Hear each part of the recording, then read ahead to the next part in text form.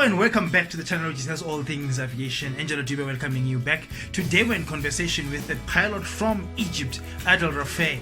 He holds a CPL from South Africa and an ATPL from Egypt. I hope you'll enjoy listening to him and his story of how he found training in South Africa to be like, his entire experience.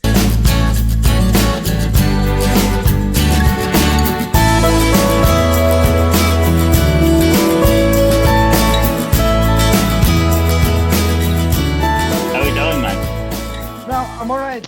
We have a cold front approaching South Africa, but we're keeping well. Yeah, I've been reading about it. Yeah. Looks like a tough one. Yeah, it's gonna be a very strong one. Yeah. Yeah. How are things up there? Well, quite hot. Actually, very hot here. Okay. Yeah. It gets up to 40 degrees sometimes. Yeah, that's absurd. And we're still in the beginning of summer. Oh, we're in the summer right now. The beginning of summer. Okay. Yeah, but everything is going slow. That Corona has affected everything. But we believe we will come out of Corona. Yeah, I hope so. I'm actually hoping it ends soon. I believe it will end soon. It should. I'm really happy to see you, man. Yeah, same thing here, man. Yeah, we didn't talk for a while. Last time we met in Cape Town. We met in Cape Town. Yeah. Yeah. Yes, we did. Yeah. Otherwise, everything is all right your side. No, everything is well. Everything is well. I actually like your YouTube channel. Looks great, and you're doing a great job there. Thank you. Thank you. We're trying to grow it, one viewer at a time. Yeah, no, you're doing a great job there, I must say. Thanks It's such an honor to be part of it. Yeah, and thanks to you for coming through, because the whole point anytime is to get young people to say, look, this thing can be done. Yeah, it is. Yeah. Let's get into that. A little bit about yourself and your experience. Well, okay, I am Adel. I'm an Egyptian guy. I had my business degree in Egypt, and I sorted my military service out. Military service in Egypt is quite compulsory, so we have to do it after we finish our education journey. So yeah, I got that sorted in Egypt. Then I decided, okay, I want to follow my dream. It's been there for a while. Like, it's been there since I was in grade 4. Oh. That I want to fly. Yeah. Excuse me. So no, it's fine. So yeah, just decided to go to. Firstly, actually, I was looking at the US, then Europe, because as you know, everybody says the European license is kind of the best in the world. So I was looking into it. Then I got a friend in my way. He directed me to Cape Town, to South Africa in general, and he said it's quite cheap to do it there. Living cost and educational, like everything, flying cost as well. He said it's quite cheaper than Europe, because Europe is really, really expensive. Anyway, so yeah, I flew to Cape Town, started my training there. That's quick thing about what I actually did. So yeah, it was a great experience, I must say. I am so happy I did it in Cape Town. I did all my training in Cape Town. Actually, one of the best steps I've done in my life is flying to Cape Town, and living there has taught me a lot. And as they say, the people in Cape Town, if you ever visit Cape Town, you will always want to go back there. And I do have that feeling now. That's it just feels like second home. Yeah, it just feels like my home, man. It just feels weird not being able to go there. I know what you mean, because I'm up in Joburg now. But now and again, I think back to the good times in Cape Town, and I always say to myself, I've got to go back there. Yeah. Okay. But yeah. No, it's been a good experience. Yeah. Okay. No, it's good to see that your story is similar to the stories of many aviators. It always goes back to childhood. You know, we all had a dream Yeah. as a child, and we had to pursue it as adults. Yeah. Mine, if you excuse me, mine wasn't really looking at the airplanes and want to be a pilot and that. No, actually, mine was quite weird because it was because of my dad's friend, his best friend. For years, I was actually named after him. He passed away now. So yeah, it was. I used to look at him and see like a real pilot. He had that look. He was like always professional. The way he sits, the way he talks, he, the way he does everything was just different. He always had a good look. You never seen him with a messy hair or anything. It's just, and whenever he used to talk to me about flying and what he does and all that, it used to be great. That's how it started, or that what sparked it with me. Then I started looking into it till I said, okay, now I want to be there. I want to look like that man. That's how it started with me. All right. Yeah. So basically, that's how I got it. You're touching on a point I touched on in an earlier video, where I was talking about whether to buy or to make your own pilot shirts so that they fit you. And I'm picking up from your story that from the way your dead friend presented himself, his image, his outlook is what got you thinking, this is what I need to do when I grow up. Yeah. Yeah, exactly. Pretty much. Yeah, that's what opened my eyes on that industry. Yes. Okay. Then when I started knowing about it, I actually loved it, and I loved to be part of it. And when I actually got into it, I was so happy I did it. Like, I don't see myself doing anything or being anything else. I can't just imagine myself being anything else, you know. I'm sure you know how it feels, or you know what I'm talking about. Yeah. Once an aviator, always an aviator. You know. Yeah. All right. So what would you say are the most useful subjects at school, perhaps high school subjects?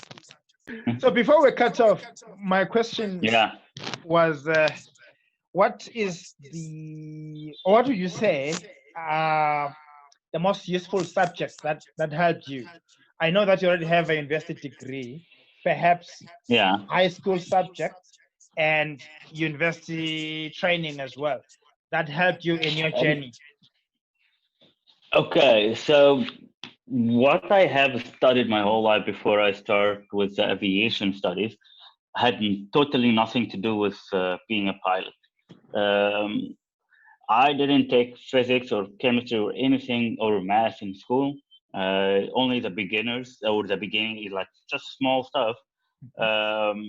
So I didn't really I didn't have any interest in these things because I don't know how to say it, but I was a busy young dude. I was just running around and just want to have fun. I didn't really care about being like up there. I didn't care about being a doctor or an engineer or whatever. No, I just wanted to have fun.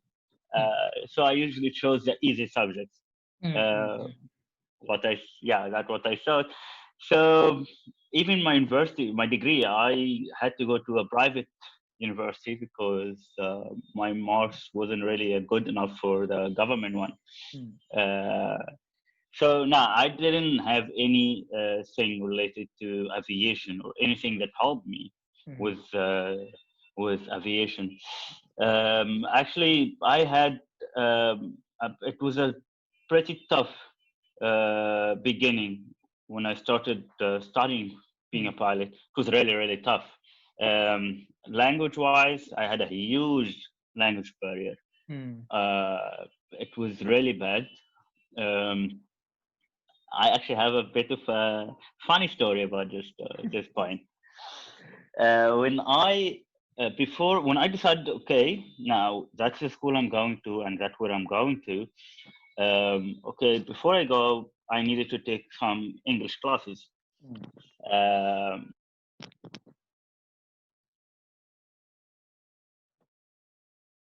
I seem to have lost you there.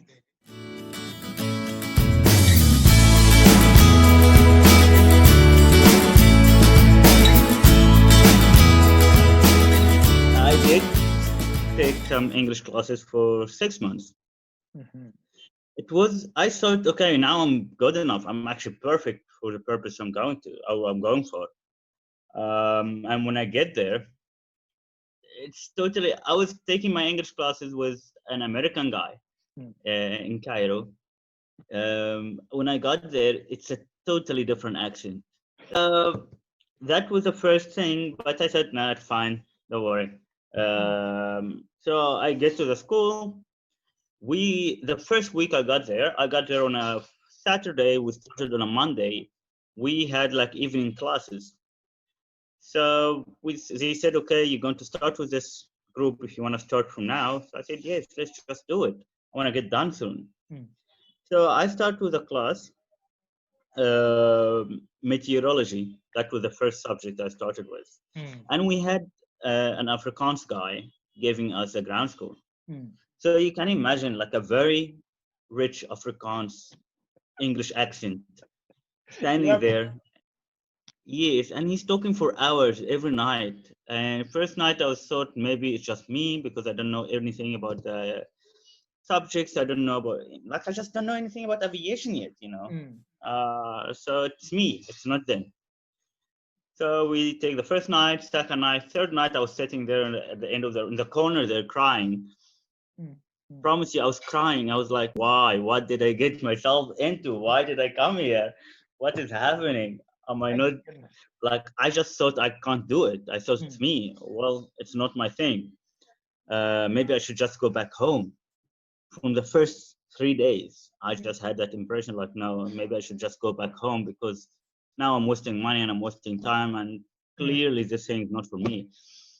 So yeah, I just went to one of the instructors there and I spoke to him and I told him, like, this is how I feel and that's what I've been going through. And he just kept laughing at me and saying, no, it's normal, don't worry, it's just the beginning. Every Arab guy or every foreigner that comes here, English is not your native language. English is going to be a barrier, it's going to be an issue for you, but it's fine. You just need to keep going and you will get it. And actually, I just got my book. I took the whole ground school for that subject. I didn't understand a word, not a single word. Then I just kept taking my book every day, going home. I'm sitting there. I have a pencil and I have Google Translate next to me. And I promise you, I almost translated every single word in that book. Wow, but that helped. I promise you. Yes, well, definitely. That book was rewrote in Arabic with a pencil. Yeah, that's the one book I have with me. Like, I took home with me. The rest of the books I gave away. This one book, I just kept it for me, for myself. Yeah, I can imagine. Yeah. Then the second book, I didn't struggle as much. I only translated almost half of it. Then the third book was much easier. Then kept going. I didn't need to translate anything. I didn't need to even use any Google Translate or any app for that matter. I just got through it. Yeah, no, it really helped me with the language so much. And also living and practicing the language in an English environment helped so much with my language, improving my English. Yes, definitely. Nice. Yeah, that's the biggest barrier or the biggest step I had, which when I got there, the language barrier was really, really difficult. No, yeah, it's interesting hearing your challenges, especially for someone who's not a native speaker of the language. I reckon that's a common challenge for most students. But from your experience, it's obvious that determination and actually wanting this thing and practicing every day will get you there.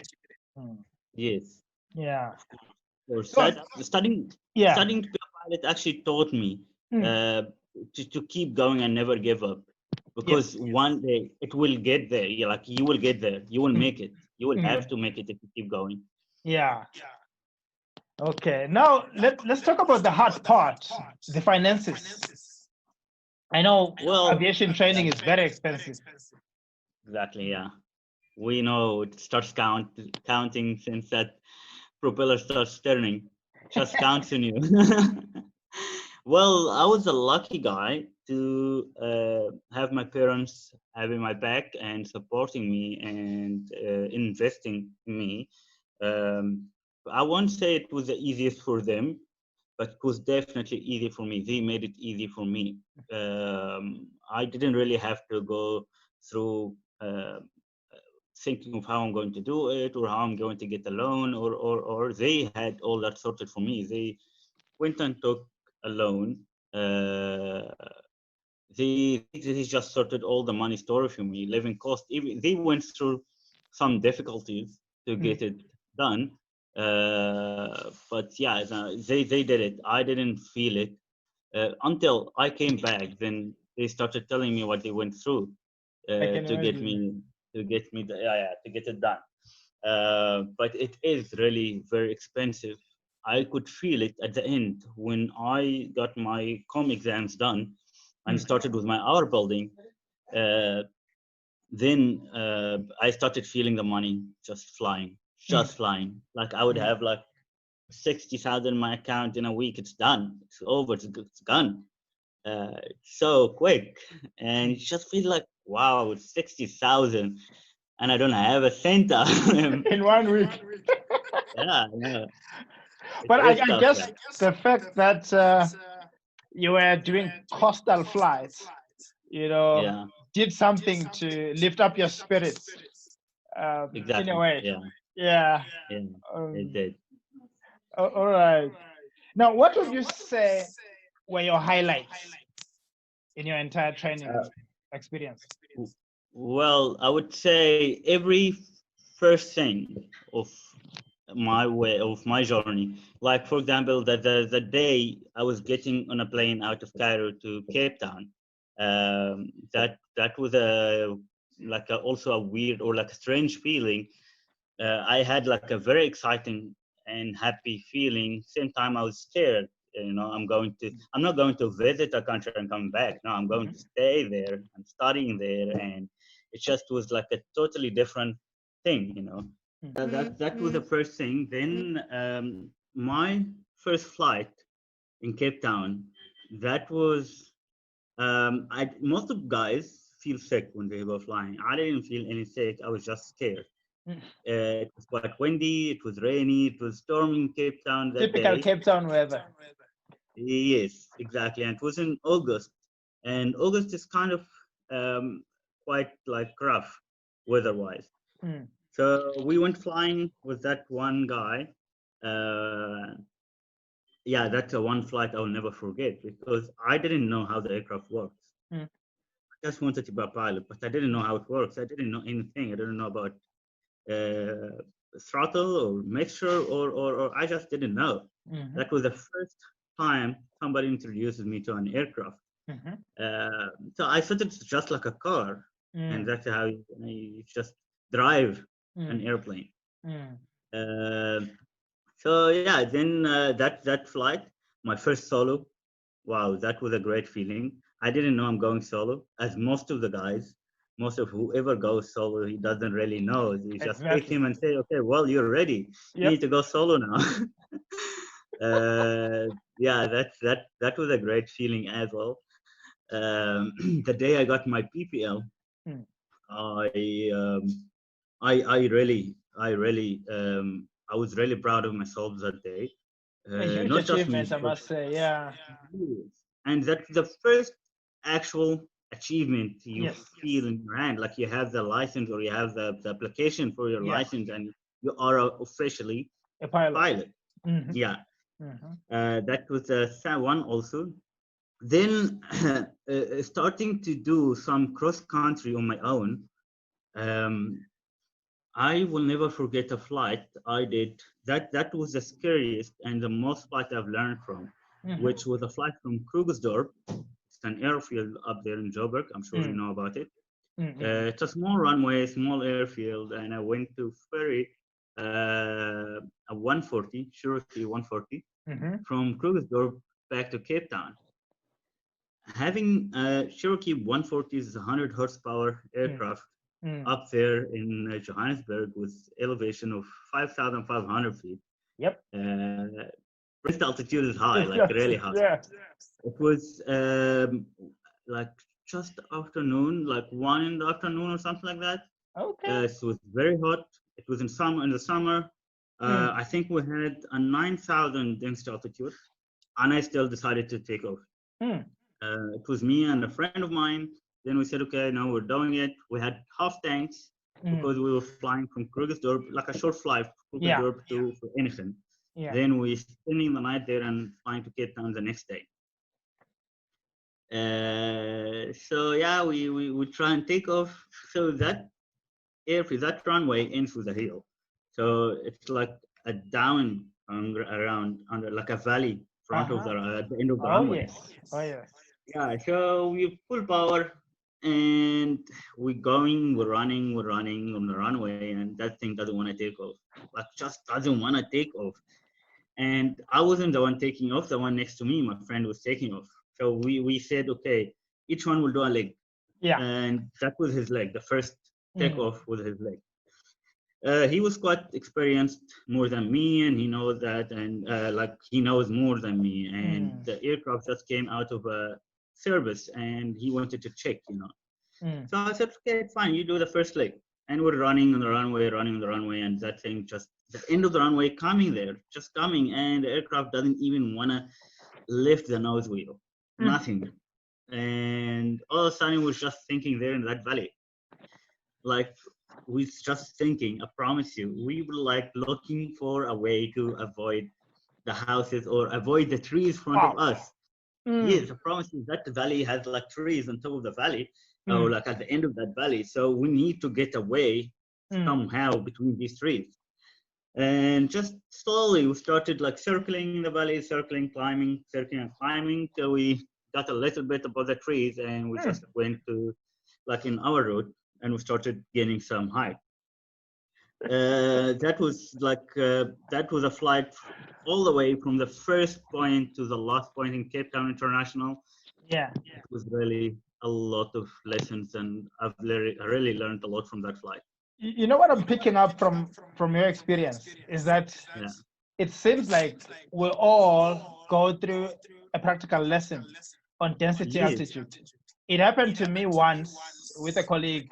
We're taking off Mpumalanga International on a hot day, and there was bad weather coming in, and ATC says clear to take off at your own discretion, but we need to expedite because Airlink is coming in. So we expedite. We go in 1/3 into the runway. We don't use the entire runway when we have density altitude at that high level. My brother, we only took off towards the end of the runway. And looking back, that was a very terrible lesson to learn. Yes. We all tend to ignore what we actually studied. Like we did study all that, and we did read about it, and we know what will happen. But that's us as human beings. We only learn when we go through it, when it's too late. So we had to go through it. But yeah, that one, and also when I got my commercial license, that was because it was a bit of a hard journey for me.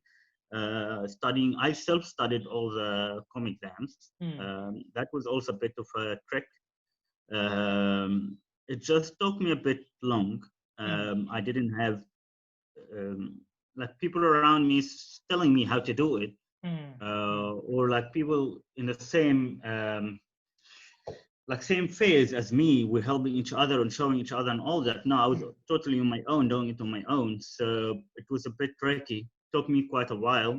CAA exams, I'm not going to tell you about the CAA com exams. It's really hard. It's really hard. I will never forget that first question I got in my very first exam in commercial. I can't exactly remember the question, but I remember the answers that I was between them. I know the question, I know the topic, I know what he's talking about and what he's asking about, but then you get in the answer, you get the same exact two answers, only two words different between them. Yeah. Which for it's should or shall. For an Arab guy, doesn't know. I don't know what's the difference between should and shall. Like, it's not what you're asking me about. You shouldn't ask me about these two words. You should CNA loves doing that. the subject, not on the language. You know what I mean? I So get you it. get a lot of tricky questions like that. You would be studying in one subject, then you get a question from another subject or stuff like that. So it was a bit tough for me, the commercial exams and commercial journey. And also the instrument rating was quite challenging for me in a way of just a totally new thing. And not just me, I'm sure it's for everybody. It's a very challenging module. Yeah. Yeah, it was actually challenging, and it was way more work than what I expected. Like, I thought, okay, now I'm flying. Now I can fly and I know how to fly. And when I got to that phase of doing my instrument rating, it was totally different than what I expected. It was a lot of hard work and a lot of concentration and a lot of money.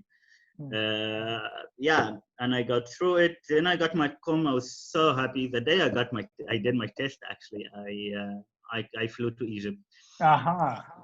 Yeah, I didn't tell my parents or anybody that I did my test or I'm coming to Egypt. I just went back to them with the 3 stars. But yeah, no, I had a good journey, and I am proud of it, and I'm proud of myself the way I went through it. Nice. So now you've gone through all these challenges. You've gotten your commercial pilot license with instrument rating. I reckon now the next step is you building more hours and perhaps taking on your ATPL as well. I got my commercial in Egypt, in Cape Town, and then I came back to Egypt to do. I'm sure you know about the conversion between a license and another. So for the people who don't know about it, if you get your license in a country, for you to go fly in another country, you have to do something called the conversion. So you need to convert your license to that country you're going to fly in, unless there's an agreement or whatever between these countries that wouldn't make you have to do that license. I think like South Africans who fly in Namibia or some of these countries around you guys, you don't have to do the conversion. No, not at all. I'm not sure exactly. But anyway, yeah, so I had to do the conversion in Egypt, was flying 10 hours and writing. I also wrote my ATPL here. Nice. I didn't write it in South Africa. Yeah, I did it here. I just thought, well, my aim is to get in the airlines, and the best way for me to get in the airlines is in Egypt.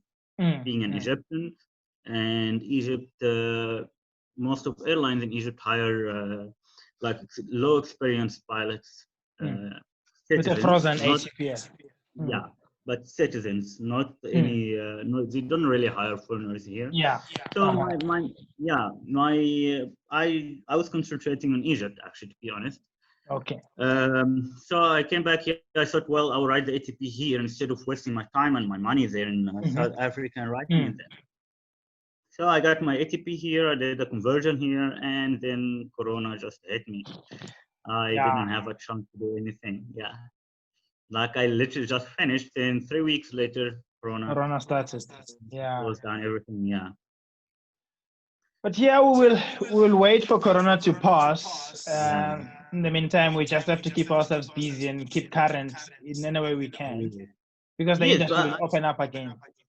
Yes. I'm not planning to just stay where I am. I'm not actually enjoying it. I want to keep moving forward, even with a small thing or a small experience or a small job. As you know, by us, it's more about how heavy, like the hours, and then how heavy the aircraft, if it's single or multi-engines and this stuff. So I want to just keep moving and getting more experience and just getting better at it. I might be going back to Cape Town, doing my instructor rating, and start instructing for a couple of years. Okay. Just as I said, to keep moving forward. I don't want to give up on my dream. I don't want to just leave it and say, no, I'm not getting there, because I have seen a lot of the guys now said, no, Corona has ruined the whole industry. We're not going to get a job now. Not going to recover now. We're talking about like 10 years, 5 years, 2 years. Everybody has a word. Everybody's saying the same. And he's just giving up, I don't want to do that. I want to keep moving forward and trying, at least be honored that I tried, but my goal is getting in the airlines. I would love to be in the airlines. And the instructions down here will help you a lot. Yeah. Yes, and I chose Cape Town because I love Cape Town, so it's my choice. I guess I can get a chance to do it here too, but no, I want to do it in Cape Town. Okay. It's a chance for me to go back, Yeah. Well, I have two more questions. Yes, I'm all ears. The one is, we both trained under Gerard at some point. Yes. Wonderful trainer, wonderful instructor, actually. Yes, I love him. One of the best I've had so far. Yes, I love him. What would you say is the importance of a personal connection between a student and an instructor? Okay, so it is a great thing because it just breaks down that wall between a student and an instructor, and that's a very important thing. And also, if the instructor can keep the line there, okay, just remember that. Okay. You can, me and Kharad, for example, me and Kharad are best friends. Kharad is not just a friend or not just an instructor. No, we actually best friends. Yes. Like me and him, really, really close. I actually not just seeing him as a best friend, I see him as a father figure there. He was kind of my father there in Cape Town. I didn't go through anything without talking to him about it. But in the aircraft, it was still a teacher and a student. He still shouted at me. He still told me how to do it. He still told me I don't want to repeat myself again. Like, he was a teacher. You know what I mean? And I gave him as a chance to do that. Like, he drew the line, and I gave him the chance. I didn't feel offended. I didn't feel anything. No, you're my teacher, and I respect you as a teacher, and you do whatever you do. It's best for me, or whatever you see is best for me. So that was a great relationship in the aircraft and on the ground. I actually really, I'm really very so grateful to have him as my instructor. He was my instructor throughout, I would say 95% of my training. He has done it with me. Yeah. No, he was a wonderful guy. You could rely on her at any time. Yeah, he is. He is a teacher. You know what I mean? Like, he is an instructor, but you can feel the teacher sitting with him and him doing it with you. So I think it is great to have a good relationship, but also a respectful relationship with your instructor. That's very important, because I have flown with other guys that just doing it for getting it done. He doesn't care about what you're thinking or how you feel, if you are happy with him or not, if you're comfortable with him or not, which is actually not nice. I didn't enjoy it. Like, I didn't enjoy being with guys. I just didn't enjoy it with them. You know what I mean? I'm sure you've met these type of instructors. Yes, that's why I had to bring up this question. Yeah. Because I mean, that kind of treatment can cause a student to give up and never flag. Yes, of course. But also, you get some students that just don't care. And all right, let me take it to the last question. What would you say to young aviators out there who want to join the industry?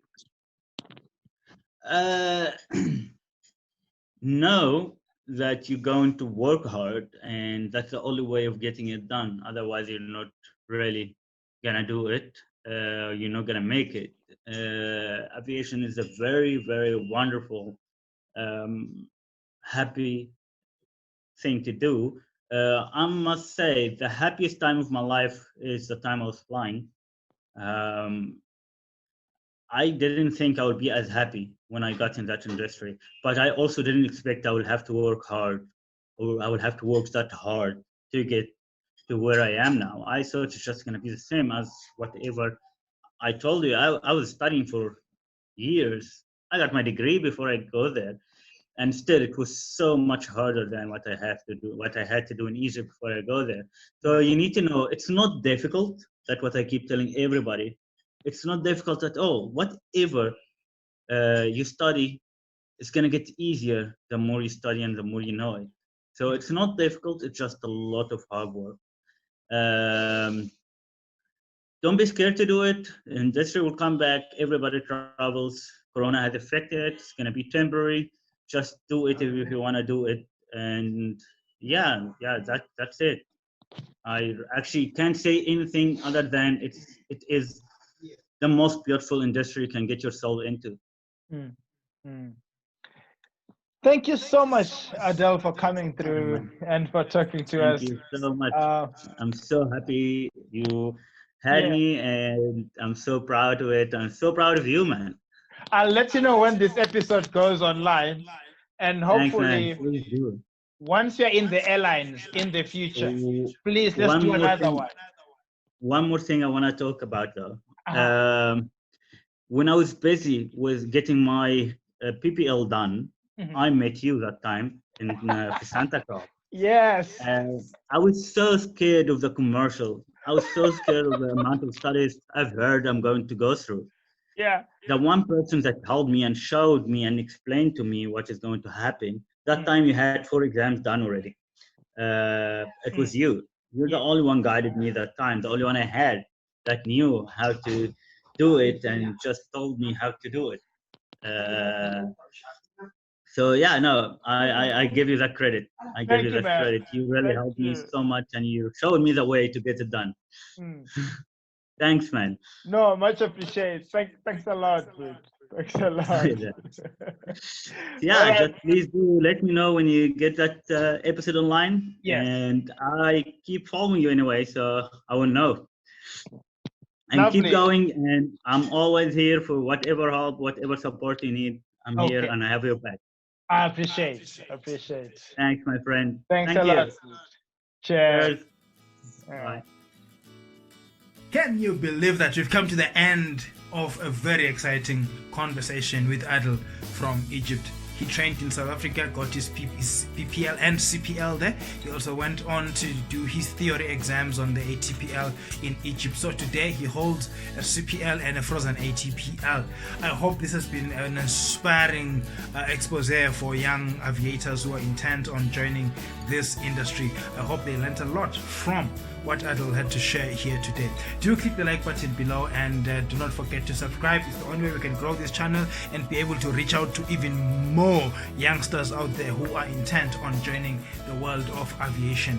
Angela Dube here saying stay safe from Corona, and do not forget, with every hour the cockpit beckons, we shall surely enter that cockpit 1 hour at a time.